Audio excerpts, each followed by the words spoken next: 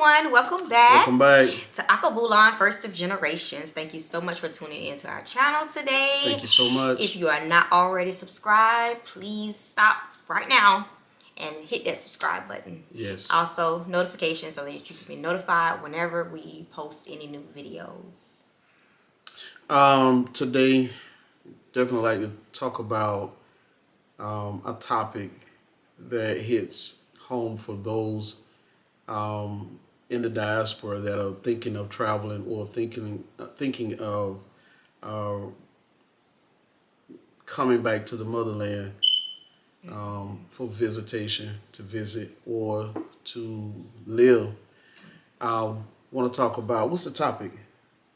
Our thoughts about, I believe it was 5 African American women who traveled to the Gambia and mysteriously became missing and then found Unalived. Very serious. Just our thoughts on it, because we have traveled back and forth from the U.S. To Ghana.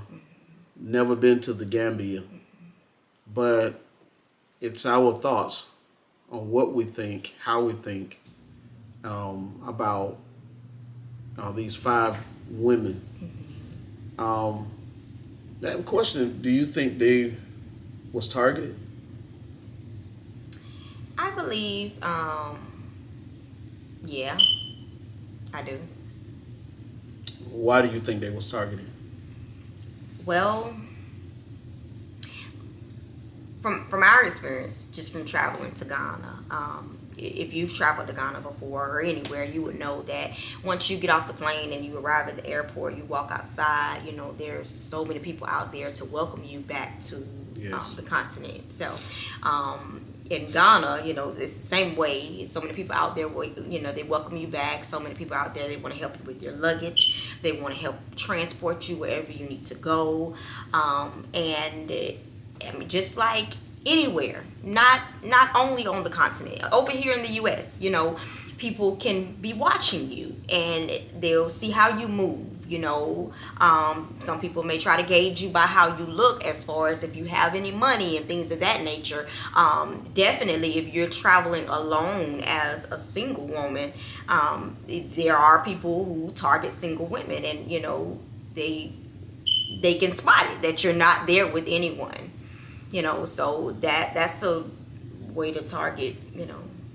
And we want to just mention as well, we're not trying to make you afraid of traveling abroad, and especially traveling to African countries. Hey, just wanted to say this one thing as well.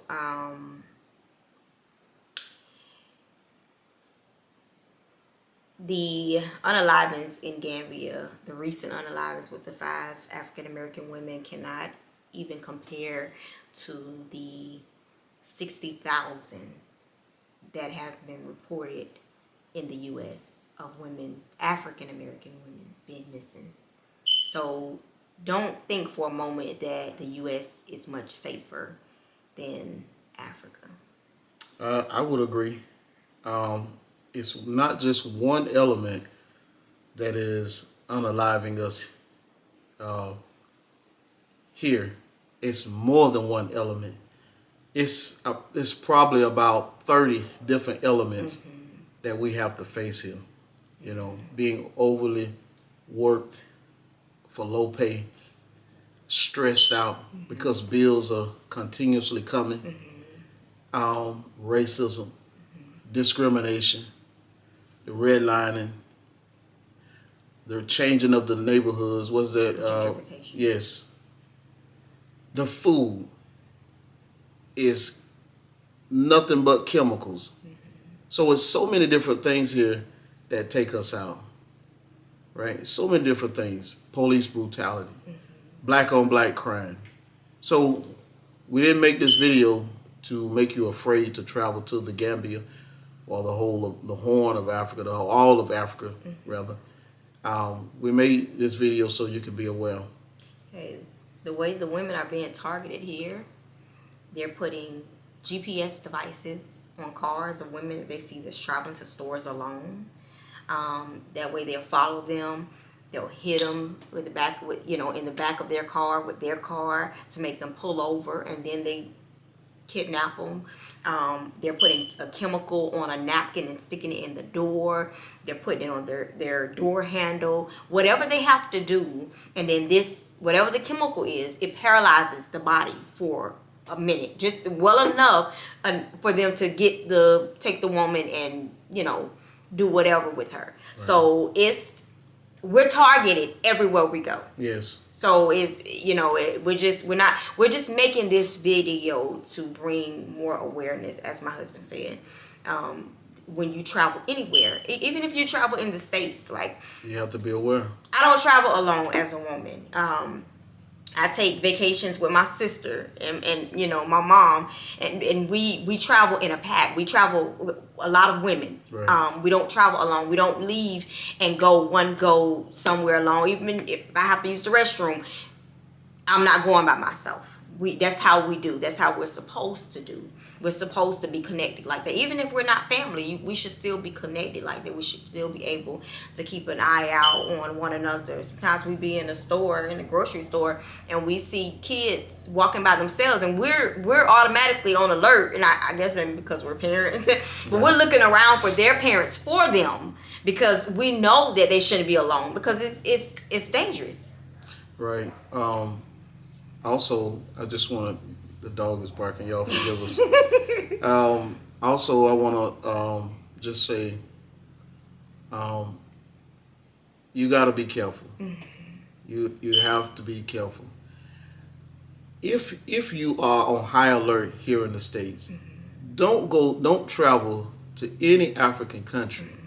and just let all of your guards down. Just say you have 100% guards up here in the U.S., but then you go to an African country that feels so tropical, the weather's nice, the sun is always out, and you just let all of your guards down, and you just trust every single individual that you come in contact with. That's a no-no, mm-hmm. and you know better than that.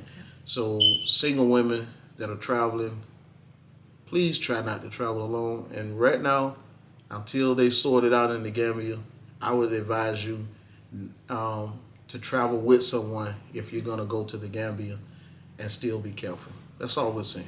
And if you know what area that the unaliveds are happening in, try to avoid that area at all costs. At all costs. Yeah. For the most part, I think that African countries are pretty safe. Mm-hmm. We even spoke about that in some of the other videos that we have done. I would say this. For those that live in the U.S. that are African American, there's a certain kind of way that we move here. Absolutely.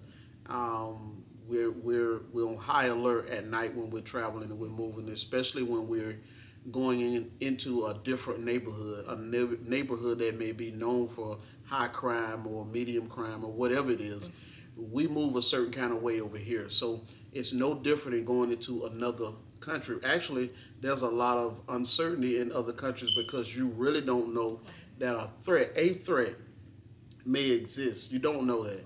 So when you're traveling, and this for the single women or the single men as well, when you're traveling, keep your head on the swivel. You know what I mean? Mm-hmm. Always watch your surroundings, just as if you're traveling in the U.S. Mm-hmm. Anywhere I go, I'm an ex-truck driver. And I've been to Miami, Chicago, New York. I've been all over the U.S., pretty much all over the U.S. In any particular city that I go in, I'm aware of my surroundings. I know from just the appearance what's the high crime area. I could just tell just by people standing around, by people move the way they move, because I want to say 95% of African Americans, we all are from the hood, right? We all are from the streets. We all grew up in a type of neighborhood that made you be careful in your surroundings. You knew what to look for. So these women that are traveling, in particular, because we're talking about the 5 women that were unalived in the Gambia, they knew the threat. Most of them knew the threat existed. If you go and check out on YouTube, you can check out some of the videos that some of the Gambians they're actually doing an episode on. You can tell that these women, these 5 African American women, they knew that some strange or funny business was going on around them with the people that were in their circle. You can't take any of that for granted. You definitely gotta stay alert. If you and then one of the sisters, I watched her video and she was making a video, and she said that people were poisoning her food. This is something that is very very alarming because if they poison your food once and they didn't succeed, they'll try it again. Now, I'm not talking about the whole of Africa. I'm not talking about all African people, right? I'm not talking about that. It's only a small portion of people that are thirsty, you know, that have nothing, and they in targeting you, they see you as a way of coming up out of the ground, you know. So you got to make sure that you have genuine people in your corner. Sometimes it's not built in a moment. Sometimes it's built over a period of time. Right. Just like the friends that we have met in Ghana. Our initial friends, one of them is the first gentleman that we met was Daniel Mfum and his brother Isaac Mfum, and we met them on our we met them on our first visit to Ghana, and then our second visit, we kind of connected with Daniel, and from there he took us around. Of course, we were together as a team, as a unit, but they took us around the different regions, and we met his family, met his mother, his father, met his sister, niece, just met other friends that was attached to him. Just incredible people, good people. For the most part, all that we know are honest people. And it's a great sign when they bring you home and you're able to meet the family. I think that those women, they probably didn't get a chance to meet the family of the people that they were around, and that sometimes that can create a problem. Beware of quick relationships with people. Beware for the single women. Beware of quick marriages. Do your due diligence. Do your research. I would even suggest when you're traveling, you're trying to relocate to the motherland, maybe there's a nephew that can travel with you, maybe an uncle, a dad, a brother, a good friend. You guys don't even have to be dating, just a good friend to travel with you, to bring that presence around you, that you have some help, that you have another set of eyes to look out for you. Absolutely. So, but I do think that they were targeted. Now, that's not saying that all of the men and women in the Gambia are bad people. I didn't say that, and we definitely can't make that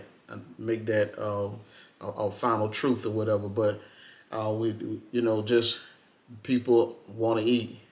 Sometimes people want to get ahead, and sometimes even in our country, the U.S. that we reside in, people will do desperate things for money. They'll do things for money, and you'll ask yourself, why did they do that? Because they're trying to get ahead, and maybe it's the wrong way of doing it, but that's the way that they did it. One of the ladies, they captured one of the I want to say alleged people of interest, a Sierra Leone person, and they have him, I guess, for questioning, and they think that that individual had something to do with one of the sisters' murder. So that's a good thing that they are trying, and we hope to God that they keep trying to find the people that did this, because these people were trailblazers. These people set out to be pioneers in moving back to the continent, and for something like this to happen, we don't want our people to be a setback that people are now afraid to go anywhere. Now, would you caution people, young ladies, single ladies, to be careful how they move in the Gambia? Definitely. First thing first, if you don't have to travel by yourself to the Gambia, I would suggest getting a friend to travel with you. But if you just happen to come by yourself and you want to establish, definitely do your research. As we said in so many other videos, do your research of the area that you want to settle in. And once you come to grips with that, just when you get there and you decide you want to settle, still keep your antennas on alert. Always be on observation mode no matter what. We noticed in some of the videos that the women noticed that they were being followed. One woman noticed that the person that she was involved with was going around to different people and telling them to do stuff to her.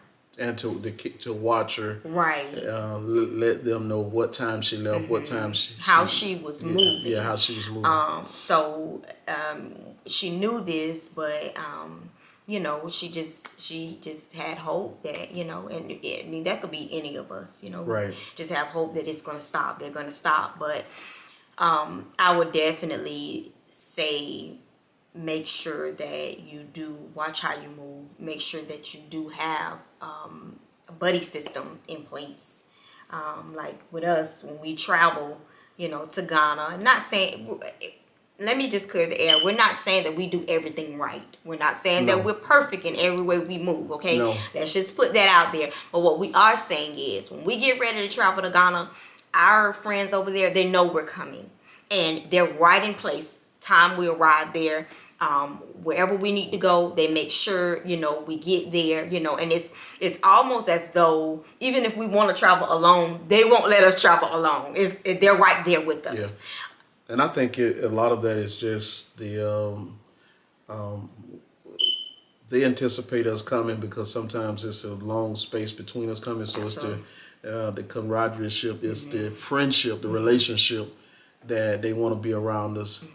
It's not about us being a cash cow. Right. Us being able to, of course, if we do have the means to be a blessing, then by all means we are the blessing. Yes. You understand? Yes. And we do that as well in the U.S. If we can be a blessing, we are a blessing to those that may be around us. But I do want to say that if you're planning on going over there, if you can establish a friendship maybe with another African American that's already there, do that. One of the women that was unalived, she made friends with a YouTuber, and he found out about her passing through trying to contact her, and then he was told. But I mean, just having that connection, even if you can pick up the phone and call and check on each other every day, go around and check on each other every day. If one has to go shopping and you don't have anything to do, go with them. It's nothing like having fellowship anyway, but to make sure that we are okay when we're over there. Did I answer the question? Yes, you did. Okay. Also, just to piggyback on what she was saying, I think in Ghana they have like a African American, like a diaspora committee or group, and it's good that I understand if you want to do your own thing, but when they come together because you never know if someone is targeting you, and then somebody else they can actually see things that you don't see, or you can be able to share your story with someone else, and then you can have some help there on the ground. This video is just actually to keep you on high alert, to relax. We never had an issue.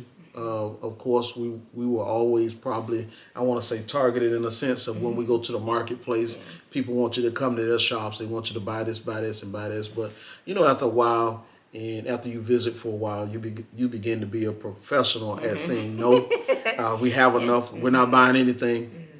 But yeah, I agree that I think they were kind of targeted, and they were seen as a cash cow to African American women that are single, and because you haven't found the right man in the U.S. and there's nothing wrong with you going abroad looking for the right man.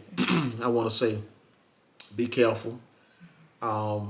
Make sure that you're making sure you do the right thing to keep yourself safe. Absolutely. If anything that's out of order, something is strange, you need to contact the right authorities and let them know. If, with the lady being poisoned, she should have taken that to the proper authorities, and also took her significant other there and let them meet him and say, well, he has been the only one around me, Right. and not that he is a person of interest, but he is a person of interest In case anything happened to me.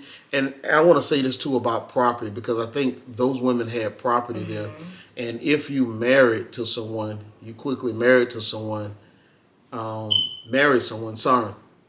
that property is going to go to the significant, the spouse, the significant other. So you want to make sure that when you do have property, there are single women, make sure that you make a will, put it in the hands of a credible lawyer or whatever. So in the event something happens, that person still loses. Yeah. We want to make sure that people that do wrongful things, crime, that they still lose at the end of the day, right? Anything else to say? Just be careful. It's very heartbreaking to hear that something like that happened anywhere.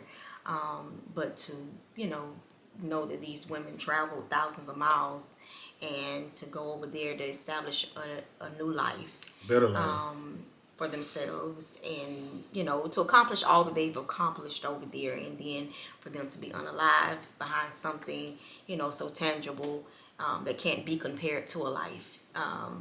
It's heartbreaking, and and to even think that the one woman knew that it was kind of a community thing. Like it was, she said that they were being paid, right? It was just to community involvement, right? And why not just tell them to leave?